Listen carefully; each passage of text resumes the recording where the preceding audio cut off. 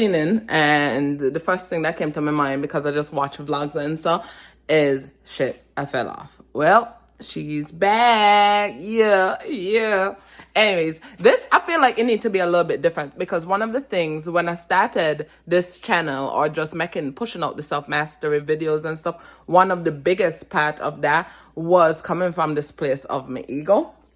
And here's what I mean. Your ego defined by the different identities that you've attached to yourself through the experiences and to who people tell you be up to this point, right? And so, for example, I'm Black. My religion is whatever, because I was taught these different things according to, society.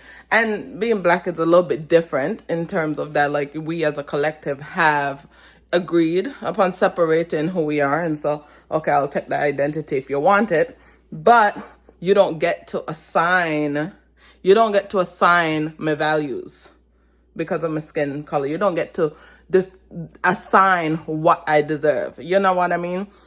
Same thing, different titles like being a mother or being a wife or doing this or doing that. For me, a part of the identity was the knowledge associated with self-mastery. That's a lot of knowledge. And with a lot of knowledge, comes this ear of, how we associate ego with arrogance?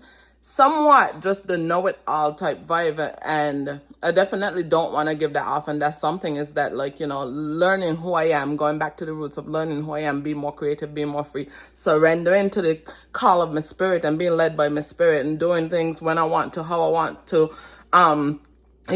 according to what feel right. Okay. And so for me, it may not be, some days I might be sitting down, some days I'm going to be cleaning.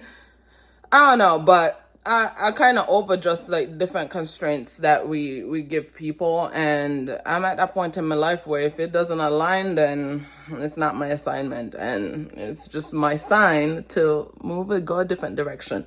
Okay, so what I actually did is I got a bunch of questions, because in one of my meditations or one of my work that I was doing one morning, what came to me is that, like, okay, I am ready to double back into my work. And while my work is just like all around being like self-mastery and stuff like that, I'm ready to double back into it, if I'm being honest.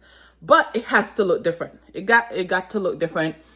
Although it has to be me. There's no separation. Like, I don't want to do it for a check. I don't want to do it because of the expectation of a certain outcome or nothing like that. I want to do it with just the main purpose of just creating and releasing and forgetting it. And, whatever people think about it, good. If you like it, good. If you don't, good. You know what I mean? Just the same, just doing it just to create. I hope this making sense to actually, I don't care if it does. See? But anyways, so watching the vlogs, and I just for the first time get this spark of creation. And so, yeah.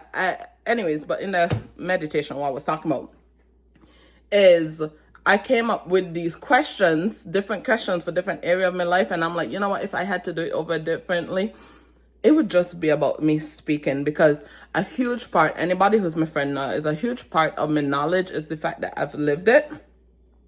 And that's where it came from first, is through my experiences.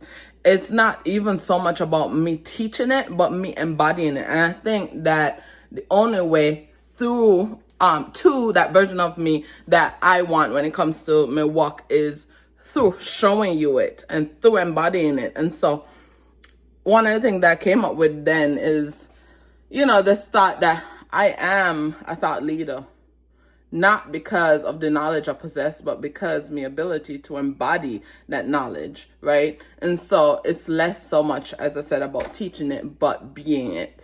And through that, showing you that. So I came up with this question of, you know what? I like to talk. If someone was to ask me this question, how would I answer it? So I'm going to go to the